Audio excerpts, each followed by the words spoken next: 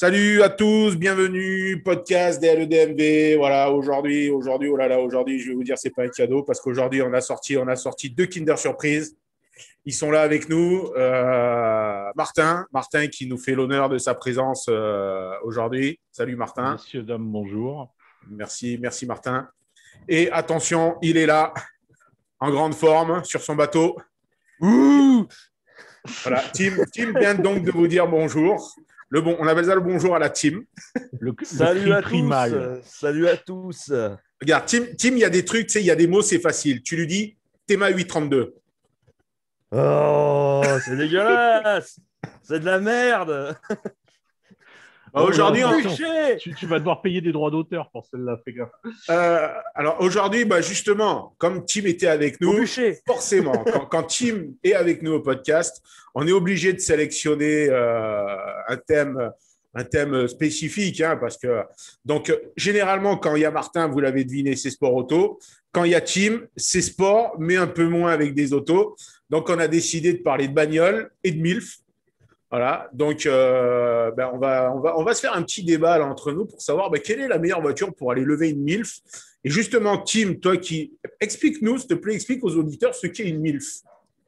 Alors, qu'est-ce qu'une MILF ? Surtout aux enfants qui nous écoutent. Surtout aux enfants d'ailleurs, hein. Je vous conseille de les faire écouter ça parce que ça leur apprendra une bonne culture très vite. PowerPoint avec quelques photos d'archives histoire d'illustrer. J'y ai pensé, ouais, mais bon, le problème c'est qu'on voyait ma gueule en train de dégueuler, c'était pas ouf. Mais alors déjà, pour moi, la meilleure définition d'une MILF, j'ai envie de vous renvoyer vers American Pie 1, hein, pour ceux qui ont des bases. Parce que ça veut dire en anglais Mother I like to fuck et en français une mère bonne à baiser. Alors, Wikipédia dit que c'est une mère de famille sexuellement attirante. Voilà, une bab, comme il disait dans American Pie 1. Donc c'est maman de Stifler en fait. C'est maman de Stifler, c'est ça, ouais. C'est maman de Stifler, c'est la préférée de Post-Caca. C'est ça. La 30. T'as vu la culture chez le DMB, les gars? Il y a du level. La semaine prochaine, on attaque avec Nietzsche, hein, ok? Prends ça, Frédéric Mitterrand, on est au-dessus, tu peux pas tester. En plus, lui, les MILF, c'est pas trop son domaine, donc là, on lui met une longueur. Ouais. Lui aussi, c'est un pote du père Prénat, je crois. Hein. Ouais, aussi, il y a un petit club comme ça. Donc voilà, c'est 30-45 ans, sexuellement encore attirante. Peut-être même monter jusqu'à 50. Hein. Après, on rentre dans les cougars, après. Hein.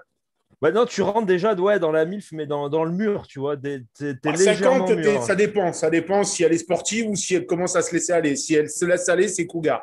Si elle est sportive, à partir de 50, c'est Youg ou pas Youg?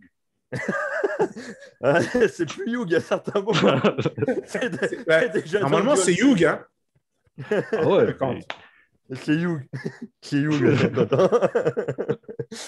Ah non, mais une Renault 5 Alpine. 50, c'est comme les Youg. Il faut se mettre de temps en temps sous le châssis pour voir si ça commence pas à rouiller, tu vois. C'est ça. En fait, je pense que l'étalon de mesure, c'est de savoir si le bout des nibards arrive au nombril ou pas. Quand tu as passé le nombril, c'est que ça commence à piquer du cul. Tu vois, si elle a l'option gant de toilette ou pas, quoi. C'est ça. Et quand tu as la peau du cul qui commence à arriver au derrière du genou, c'est que là, tu es plus dans du vintage, tu vois. C'est plutôt pas mal. Tu peux lui caresser les trois parties érogènes avec une seule main, quoi. C'est ça. Tim, j'ai Marlène Schiappa sur Twitter qui souhaiterait s'entretenir avec toi. C'est ça. Alors justement, c'est MILF. Donc, des mamans encore sexuellement attirantes et entretenues, on va dire. Hein. Les petits jeunes que vous êtes, qu'on est, allez, je vais me compter dans les jeunes, parce que l'autre fois, Tim, tu m'as dit arrête de dire que tu n'es pas un vieux con. Donc, je vais assumer et dire que je ne suis pas un vieux con. Je crois que Tim… Ah non, je croyais qu'on t'avait perdu. On ne te voyait plus bouger à l'écran. Ouais, mais moi aussi. J'ai dit, ça y est, le bateau est arrivé à quai.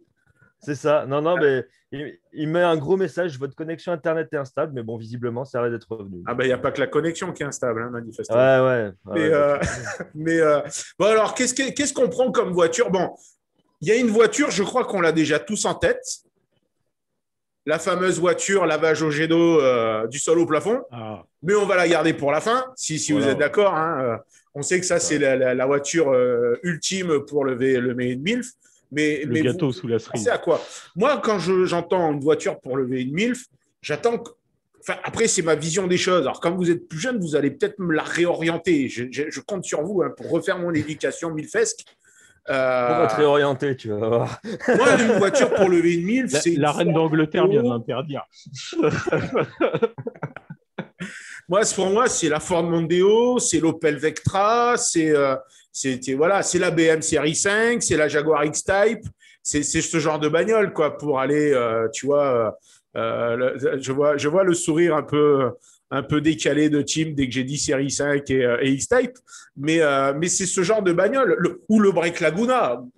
Quoi de mieux pour lever une MILF qu'un Break Laguna? Non, pour moi, c'est plus un truc comme ça. C'est une voiture de sa génération. Je suis pas d'accord avec toi, tu vois. Je pense que ça, c'est plus généralement les bagnoles des mecs que la MILF cherche à tromper, tu vois. Ah, d'accord. Et la voiture du Jean-Claude, quoi.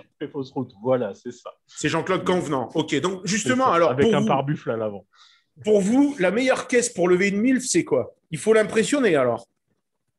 Un minimum. C'est la XJ40, alors.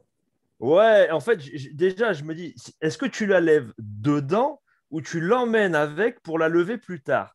J'ai cru qu'il allait dire, est-ce que tu la lèves sur le capot, tu sais? Tu peux, mais ça dépend de plein de paramètres. Mais la lever, normalement, c'est la tirer. Après, une fois qu'elle est assise à tes côtés, bon, limite, tu peux te la jouer bon seigneur ou sortie de boîte de nuit, quoi. Ouais, donc tu la lèves un minimum. Bon, on va dire que si c'est l'hiver, tu la lèves dedans, et si c'est l'été, tu peux la lever dessus. Mais partons du principe que c'est l'hiver. Il va te falloir un truc avec un minimum de place. On est d'accord? Donc déjà, sur le principe, existent toutes les bombinettes, les petites caisses de jeunes puceaux.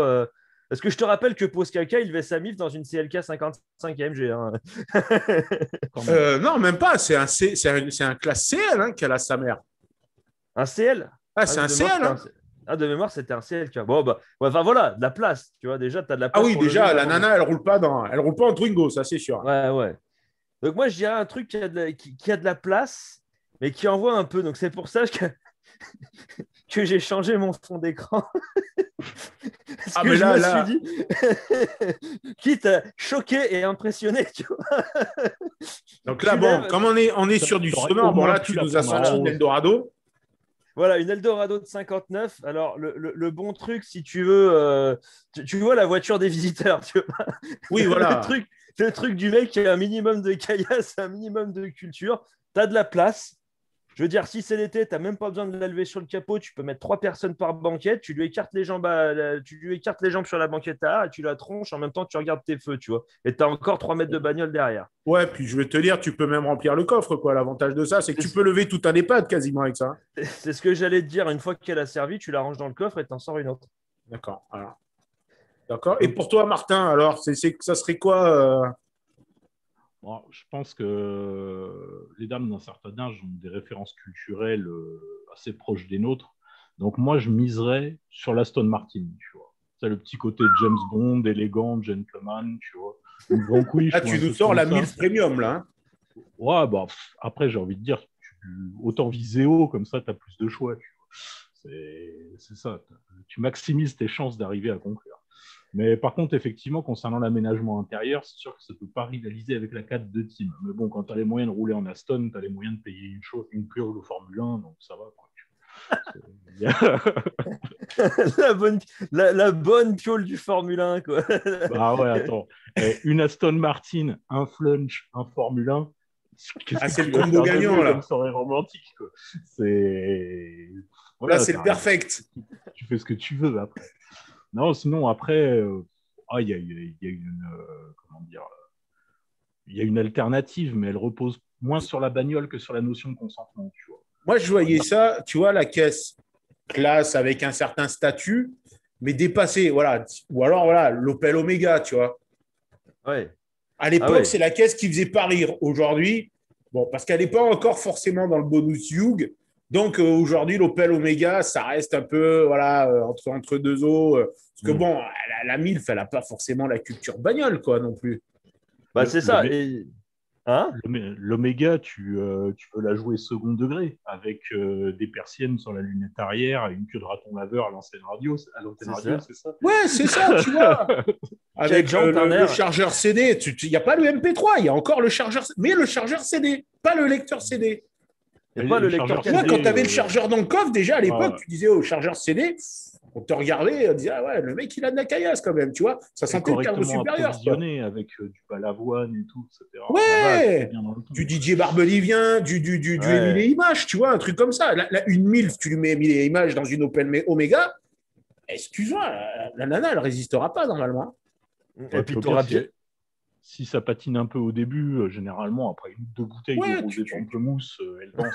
Mais je pense qu'il faut 2-3 accessoires, tu vois, comme le truc qui pend au rétroviseur. Alors, je sais pas, peut-être les chaussons de nourrisson, parce qu'en plus, tu vas l'entendre rire, tu vois, il va dire, ah là là, il est papa en plus. Alors, tu peux faire le père divorcé, tu vois, avec les nourrissons ou les chaussures de foot, ou tu vois, un truc, la queue de renard. C'était tendance à un moment, la queue de renard qui pendait. Ou les dés, tu sais, les dés qui pendent au rétro aussi, là, le kitschissime niveau 100, tu vois. Ça irait bien dans ta Cadillac, ça. Ouais, moi, j'en avais dans la Volvo. Ah, ouais. Volvo, d'ailleurs, tiens, pour lever une MILF. Ah bah, pratique. Volvo, pratique. J'avais un XC90 il y a peu de temps. Franchement, pour le MILF, tu baisses tous les sièges, tu peux mettre le matelas, le matelas de place, les oreillers. Tu peux même te mettre un petit fond de musique. T'as pas peur que ça fasse un peu téléphoner quand même quand tu lui dis écoute, viens, on va bouffer, on prend ma bagnole et que la nana, tu ouvres la portière, il y a le matelas derrière, la boule à facettes et elle va se dire tiens, lui, il a peut-être une idée derrière la tête, non? Ouais, mais tu caches, tu vois, au moins, elle sait à quoi s'attendre. Si elle veut fuir, c'est le moment. Après, elle sait qu'elle sera attachée au siège dans la bouche et la qui tape contre la lunette. Tu parlais de boule à facettes, Titi, ça, c'était une technique en vogue dans les années 80. Les mecs qui roulaient en van customisée, qui avaient des Bedford, des J5 avec des jantes en 10 de large, une peinture avec des licornes sauvages à l'aérographe, et puis à l'intérieur, intérieur velours. Le bon velours le canapé de la grand-mère qui avait été récupéré et découpé dans les proportions adéquates. Ouais, il y a un petit côté vintage, ça pourrait être pas mal. Ouais, non, moi je pense qu'il y a des trucs sympathiques. Bon, et dans les françaises, il y a des caisses dans les françaises pour lever une MILF, une BX, une XM. Ah mais attends, Titi, il faut savoir aussi d'où vient la MILF. De quelle contrée? Parce que tu ne prends pas de la MILF parisienne comme tu prends de la MILF de Chambeuil. Si c'est de la MILF sauvage ou de la MILF. Voilà. MILF parisienne, on est d'accord, Aston Martin, Opel Omega selon le quartier de Paris. Si tu prends de la MILF de Chambeuil ou de Cours-la-Ville, le bon C15D, tu vois, ça fait l'affaire. La MILF 13e, l'option Aston Martin, pour moi, c'est le ticket d'entrée, quoi. Voilà. Tu vois, tu parlais voiture française. Sinon, pour jouer la carte vieux beau, moi, il y a un véhicule qui me semble parfaitement adapté, une 607 bleu marine avec intérieur cuir et boîte automatique. Ouais, il y a un petit côté Dominique de Villepin, tu vois. C'est ce que j'allais dire. Il te faut les deux porte-drapeaux au niveau des phares. Voilà, c'est ça. Une voiture de ministre, une voiture de député. Ça doit valoir 2000 balles, je pense. Ou c'est ça, un 607 V6, ça vaut zombie maintenant. Et puis tu la démarres en disant Ninja. C'était une 605 celle-là. Ah, c'était une 605, pardon. Toutes mes excuses. Un Velsatis. Un Velsatis. Ah, le Velsatis, ouais. Alors, ceci dit, Pardon, Martin, vas-y. Ceci dit, le Velsatis, ce qui est bien, même si tu as un chauffard, elle n'aura pas peur parce que tu démarras jamais. Tu seras en panne. Elle sera en sécurité sur le parking. Elle sait qu'elle ne bougera pas du tout, tu vois. Elle sait que tu ne pourras pas aller la découper une fois que tu l'as violée et l'acheter dans le fond d'une rivière, quoi. Velsatis, après, tu sais que c'est ça de démarrer. Justement, est-ce que la MILF je ne sais pas si on dit chauvine ou chauvine. Est-ce que la MILF est chauvine? Ça veut dire, est-ce que tu as plus de chances de lever une MILF Si elle est chauvin, tu es en galère. Oui, de Boulogne, alors. Non, non, mais ça fait marrant, chauvine, ça fait animal, tu vois. Ah, ouais. Chauvine. En même temps, c'est un cheval, moi, en fait. Enfin, bref. Est-ce que, voilà. Sur la Velsatis, tu vois, je voulais revenir à un point fort que n'a pas souligné Tim quand même, c'est la hauteur de plafond. Le pavillon de la Velsati, c'est assez haut. Ça sent le... Ce qui permet d'avoir une liberté de mouvement un petit peu plus sympathique. Alors, à ce moment-là, tu pars sur un espace. Ouais, ça peut aussi. Ou un 806. Un 806, 806, voilà. Non, mais là, tu tournes les fauteurs. Ah, derrière, c'est... Et avec les portes latérales, en plus, pour se débarrasser de l'objet du délit, ça va beaucoup plus vite. Parfait. Donc, les portes coulissantes, c'est aussi un bon avantage, je trouve. Donc justement, est-ce que vous pensez que si tu veux lever une MILF italienne, il vaut mieux le faire en alpha ou j'allais dire en Fiat. Bon, il n'y a que Julien qui doit croire qu'on peut lever une MILF avec une Fiat. Tu me diras, lui, ça a marché. Bon, il a eu du cul. Mais est-ce que, voilà, une MILF allemande, il faut une voiture allemande. Bon, tu me diras, une MILF ukrainienne, il faut aller la lever en Diva. Bah, non, un break Lada 1500 équipé drift avec un 2JZ à l'avant, tu vois, tu enlèves le capot, tu fais des trous à la cycloche dans les portières pour gagner du poids. Tu sais, ça fait mec dangereux, tu vois, tu sais, ça tire un peu, je pense. Le truc bien fini, tu vois. Ouais, voilà. Impeccable, tu vois. Ah bah ouais. Dans le respect de la mécanique. Oui, monsieur. Dans le respect de la mécanique. Et une japonaise, du coup, tu la lèves en Nissan Stagea ou comment ça se passe? Non, moi, je vois bien une Honda Légende. Ah, aérodeck, hein? Non, avec un courant et une boîte manuelle. Ouais. Une Honda Accord, une Accord de litre 4, boîte manuelle avec le toit ouvrant. Mais attention, c'est introuvable. D'ailleurs, je passe le message. Si vous vendez votre Honda Accord de litre 4, boîte manuelle avec toit ouvrant, appelez-moi, s'il vous plaît. Appelez-le parce que là, il nous fait chier depuis 10 jours parce qu'il ne trouve pas de bagnole. Il veut sa putain de Honda, il ne la trouve pas. Donc appelez-le très vite. Je vais partir sur une Mercedes, tu vois. Je repars sur une. Quoi, ça aussi, finalement, tiens, une W203. C'est ça. C'est ce que j'allais dire. Une Mercedes. On en revient à maman de Stifler. Tu lèves de la MILF de qualité. Finalement, si vous vendez une Honda Accord de l'I4, ne m'appelez pas. C'est bon. Mais bon, non pas que maman de Stifler m'attire plus que ça, mais bon. Donc après, bien entendu, une fois que tu as levé la MILF, donc là, on va y arriver. Donc, ce qui est quand même aussi intéressant, parce qu'au-delà du côté esthétique de la voiture, Martin, tu en as déjà fait allusion, il y a aussi le côté pratique. La largeur, la hauteur sous toit, enfin sous plafond, c'est quand même pratique.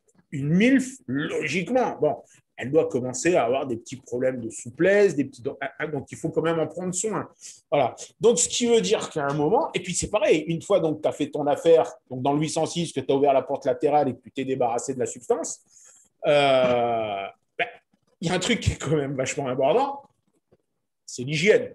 À un moment, enfin, je veux dire, on n'est pas à côté d'un stade où tu vois pulluler tous les fourgons avec les bougies allumées ou les lampes torches allumées qui disent je suis dispo ou je suis en train de me faire remplir.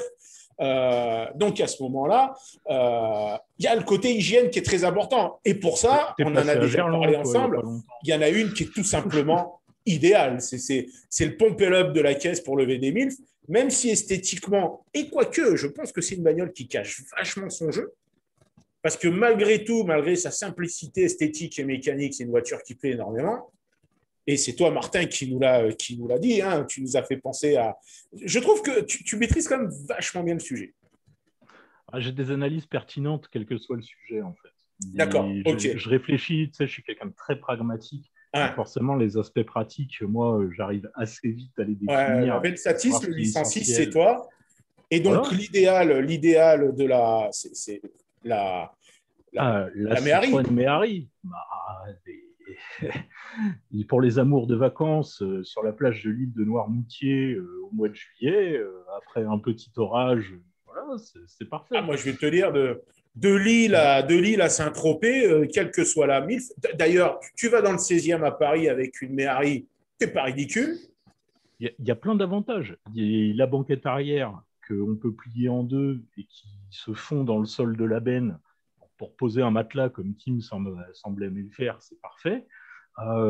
Si madame a des tendances exhibitionnistes, une Méhari, ça prend 5 minutes à débâcher, donc c'est pas mal aussi. Et surtout, tu parlais aspect pratique et hygiène. Ce qui est bien, c'est que dans le plancher de la Méhari, tu as 4 bouchons en caoutchouc que tu peux enlever, et ensuite direction de Karcher, et tu laves l'intérieur au jet, quoi. C'est ça. t'enlèves toutes les traces de La cheveux. voiture, elle ressemble à la MILF quelque part. Tu peux la mouiller du sol au plafond, quoi. Ah, tu laves les MILF au Karcher, toi? Oui. Ah bah, Vous faites pas ça, vous? J'ai jamais essayé. Moi, toujours avant. Ah non, moi, je sais jamais trop où ça a traîné avant. Donc, le produit agent. Arrête à l'éléphant bleu. Il dit, pourquoi tu laves ta voiture? Elle est propre. Je dis, non, c'est pas pour la voiture. Le rouleau, elles aiment moins, par contre. Hein. Bah, ça dépend dans quel sens tu leur mets dans le cul, quoi. C'est un peu le problème. Si tu utilises juste les petites lavettes, ça peut faire quelque chose. Par contre, si tu essaies de rouler, de rentrer. La dernière, elle s'est couchée au sol, sur le ventre. Ah, je te dis pas le carnage. Ah bah, le problème, ils ont été obligés de fermer le truc pendant 4 jours. Ils l'ont récupéré en plusieurs morceaux. En plus, ils l'ont rendu à la famille. Ils avaient oublié un morceau dans le rouleau de gauche. C'était catastrophique. Ah ouais, tu sais que tu vas pouvoir prendre la place de Michel Fournier. Là, c'est bon, il y a une cellule de libre. Oui, je l'ai vu d'ailleurs. J'ai envoyé mon CV pas plus tard qu'hier matin. Bah, la base. Il y a une place à base. Bah, lui, il valait de la MILF quand n'était pas encore. Elles n'avaient pas encore conscience d'en être, tu vois. Le créateur, je crois que d'ailleurs, c'est lui qui a déposé les copyrights du concept. Hein. Ah oui, bah, attends. Donc, turfu, lui. Mais il utilisait des véhicules utilitaires. C'est vrai que le bon vieux C15, quoi. Le bon vieux C15D.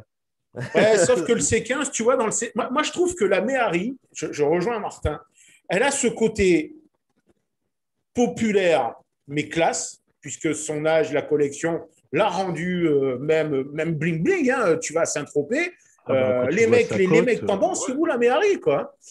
Elle a le côté international. On disait lever une MILF allemande en caisse allemande, lever une MILF italienne en caisse. Les Japonais sont fans de Citroën.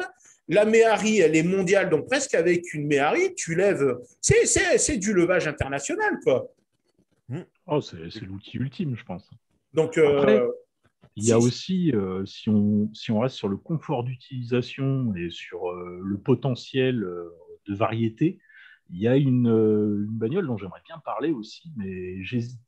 Parce que ça va nous valoir plein de commentaires d'abrutis qui vont dire qu'on fait du plagiat et tout. Mais je pense qu'on ne pouvait pas faire cette émission sans évoquer le Fiat Multipla. Ouais. Ah, bon, alors c'est vrai que c'est compliqué parce que. Alors, je te rassure, voilà. On va quand même rendre à César. On va rendre à César sa salade. Je te rassure quand même, avant que tout le monde se saisisse du Multipla pour essayer d'en faire quelque chose de tendance, les premiers à avoir parlé du Multipla, et Tim te le confirmera, c'est nous. Ouais. Le fameux article, le Fiat Multipla, c'est la meilleure voiture du monde.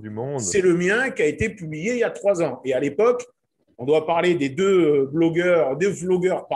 chaînes YouTube qui ont fait du Multipla leur cheval de bataille. Ils n'ont tout simplement fait que lire l'article qu'on avait écrit avant en se disant, tiens, DLE DMV a eu une bonne idée et nous, on va y rajouter la caméra. Donc, non, rassure-toi, même si on veut nous niquer enfin, s'ils veulent faire croire que les copyrights à la base, c'est Bibi et ceux qui carburent à l'essence qui l'ont déposé sur Internet.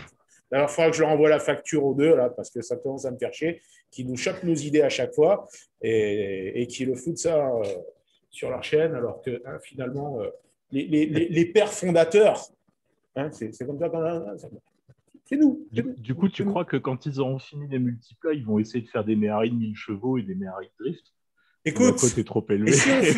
Et si on lançait une cagnotte, nous, avec des LEDMV pour faire le Méhari ultime? Ah, ça pourrait. Mais un truc cohérent, tu vois, pas le truc délirant qui finalement ne verra peut-être pas le jour, où on va récupérer une somme astronomique et on va faire croire aux gens qu'on va la dépenser alors qu'on va n'utiliser que 10%. Mais vraiment, tu vois, une Méhari vraiment. D'ailleurs, j'annonce, je suis dessus là. On va faire sûrement une exclusivité qui va arriver de la première 2 chevaux Resto Mode qui a été faite en France. Je ne sais pas si vous l'avez vu passer ces 2-3 jours là sur les réseaux sociaux. Non, pas du tout. Chevaux, intérieur full cuir, ils se sont lâchés comme des malades et c'est des Français qui ont fait ça. Et on est sur l'exclu là. J'ai un photographe qui va y aller dans les jours à venir. Et on va la présenter sur des LEDMV. C'est bon, ça. Du coup, tu la verrais comment, la Méhari des LEDMV? Remplacer la coque en fibre par une coque carbone apparent, déjà, ça me semble la base.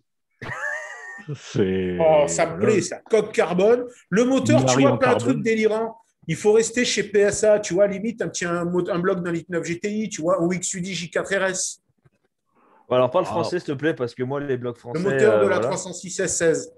Ah, merci. Le ACAV, le 150 chevaux, Le tu vois ACAV, ça. ouais. Parce qu'après, ça sert à rien. Vu les trains roulants, il y a un moment, tu es obligé de faire du tubulaire, tu vas être obligé de rentrer dans des trucs trop délirants. Tu changes les trains roulants. Ouais, ou changer les trains roulants. Non, mais triangle et fusée de 306 maxi, normal. Ah non, tu la poses sur air. Pour rester chez Citroën. Ouais, ou un air ride, effectivement. Ouais, tu mets un air ride.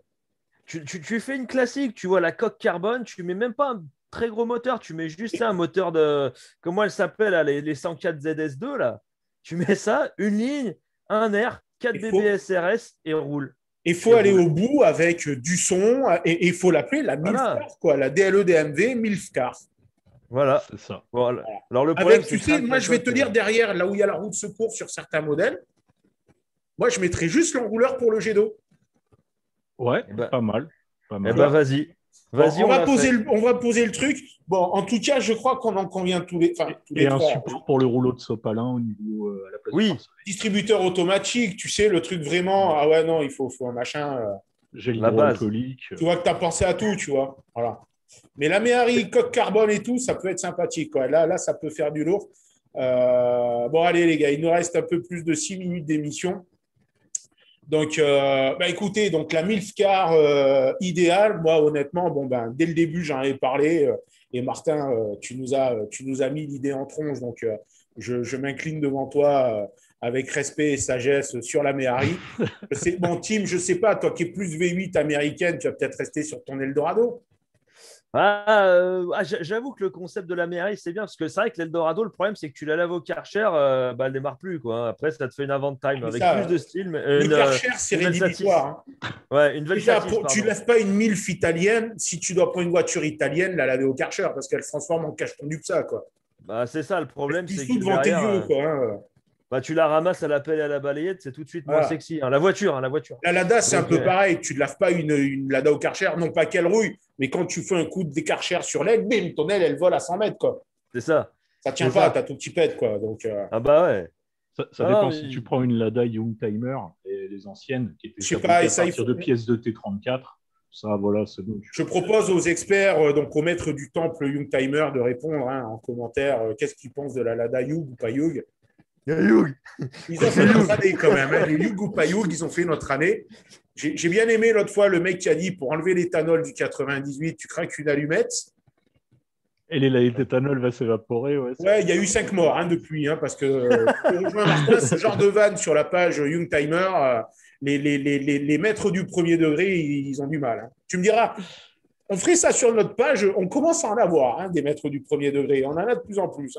C'est mathématique. Plus tu as du monde, plus tu as du maître de premier degré. Mais bon, ça, écoute, ça fait partie malheureusement des aléas de la vie, mais nous, on s'y adapte et on les vire. Ça va plus vite. Les gars, écoutez, je vous laisse le mot de la fin. Moi, je vote Méhari et le projet de la Méhari Loving Car, DLE-DMV, on va y penser sérieusement.